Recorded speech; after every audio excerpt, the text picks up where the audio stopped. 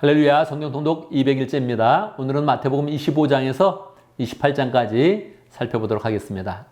마태복음 25장에서 28장까지는 예수님의 마지막 그런 설교가 이어지고 있고요. 그리고 예수님이 체포당하신 후 고난을 받으시고 십자가에 달려 돌아가셨다가 3일 만에 부활하셔서 제자들을 만나서 제자들에게 지상 대사명을 주시는 그런 가운데 마태복음의 대단원의 그런 금막을 내리고 있습니다.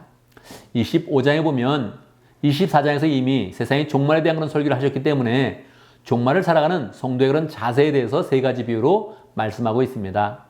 열천녀의 그런 비유는 우리가 기름을 준비하는 그런 사람이 되어야 된다. 성령을 준비하고 종말을 준비하는 그런 사람이 되어야 된다. 설교하시고 있고요.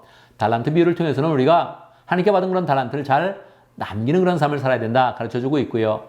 양과 염소의 비유를 통해서는 우리가 예수님께 충성을 하지만 실제 우리의 그런 삶 가운데서는 작은 사람, 소자한 사람에게 먹을 것을 주고 사랑을 베풀면서 잘 대하는 것이 바로 예수님께 충성하는 것이다. 그런 교훈을 우리에게 주고 있습니다. 예수님께서 이렇게 설교를 하실 때 26장에 보면 대제사장들은 이제 예수님을 죽일 음모를 구체적으로 꾸미고 있습니다. 이때 가룟 유다가 배반하여서 예수님을 팔아서 예수님이 은밀하게 계신 그런 곳을 알려주게 되지요.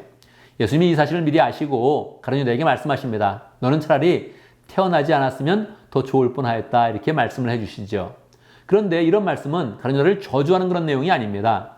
가룟 유다로 하여금 마지막으로 회개할 기회를 주시는 것이죠. 내가 너의 배반을 다 알고 있다. 너는 지금이라도 회개해야 된다 하면서 회개를 촉구하시는 그런 내용입니다.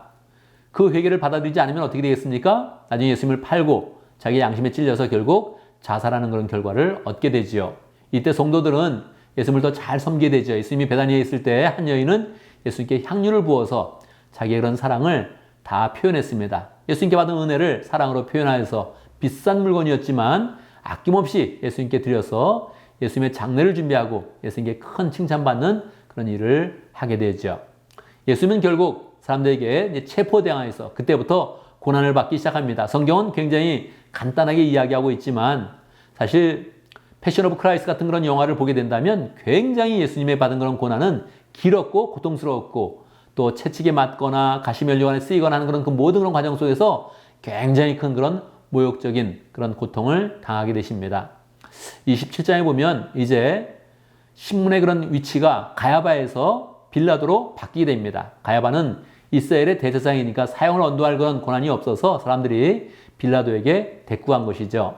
빌라도는 아무리 예수님을 신문하여도 예수님이 죄가 있다는 그런 사실을 발견하지 못합니다. 그래서 계속 풀어주려고 노력을 하고 당시에 바라바라는 그런 사람이 있었는데 내가 이 예수님을 풀어주고 바라바를 내가 이제 십자가에 못 박겠다 이렇게 이야기했지만 사람들이 계속 소리를 지르는 것입니다. 예수님을 십자가에 못 박아야 됩니다 하고 소리를 지르면서 결국 빌라도가 그들의 그런 소리를 외면하지 못하고 예수님에게 사형 언도를 내리게 됩니다.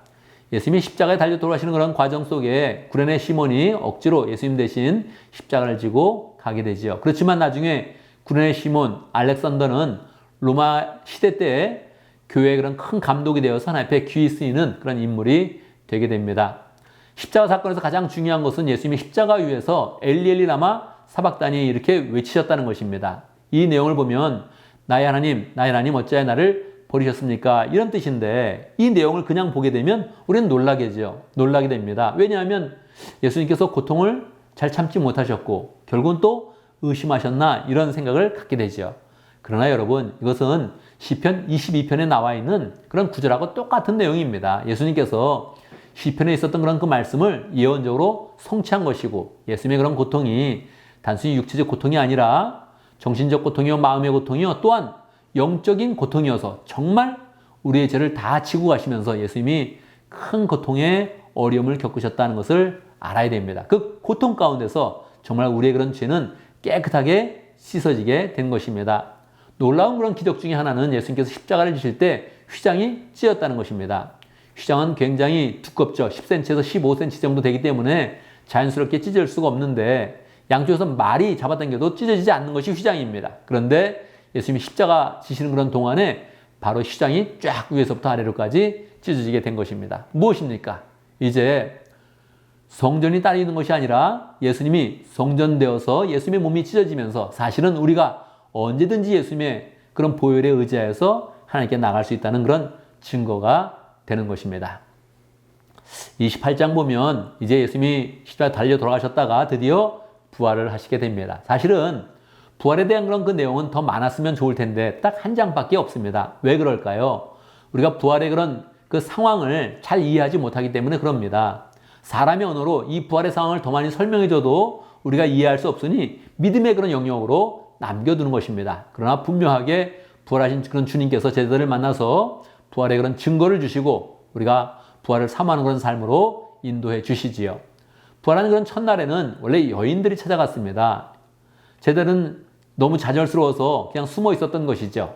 여인들이 먼저 가서 천사들을 만나고 천사가 이야기를 해줍니다. 예수님은 이미 부활하셔서 먼저 갈릴리로 가실 것이다. 그렇게 이야기를 해주죠. 여인들이 너무 놀라서 제자들에게 가고 있을 때 예수님이 직접 여인들에게도 한번 나타나셔서 그 얼굴을 보여주시고 메시지를 다시 또 주시게 됩니다.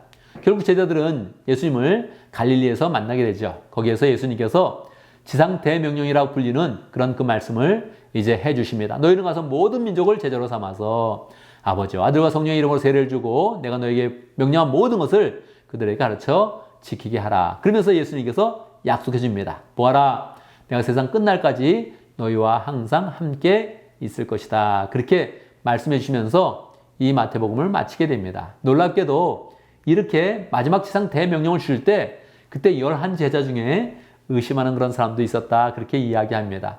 우리의 모습을 잘 나타내는 것이죠. 우리는 의심도 하고 넘어지기도 하고 깨어지기도 합니다. 그런데도 불구하고 예수님은 계속 세워서 우리를 온전한 하나님의 사람으로 세워주시고 또 사명을 주시면서 우리의 그런 인생을 인도하시는 것입니다. 우리가 계속 사명을 받아서 죄를 잘 감당할 때 우리의 마음 가운데는 작은 의심들은 사라지고 믿음은 굳세지고 열매를 풍성히 맺으면서 우리 예수님의 그런 제자로서 온전한 그런 삶을 잘 살게 되는 것입니다. 마지막 부활하신 그런 예수님의 모습을 마음에 잘 품고 내가 지상 명령을 잘 따르리라 이렇게 결심하면서 마태복음을 마치면 좋겠습니다. 우리는 내일부터 다시 구약성경에 에스겔로 들어가서 구약성을 좀 하다가 다시 또 신약으로 돌아오도록 하겠습니다. 감사합니다.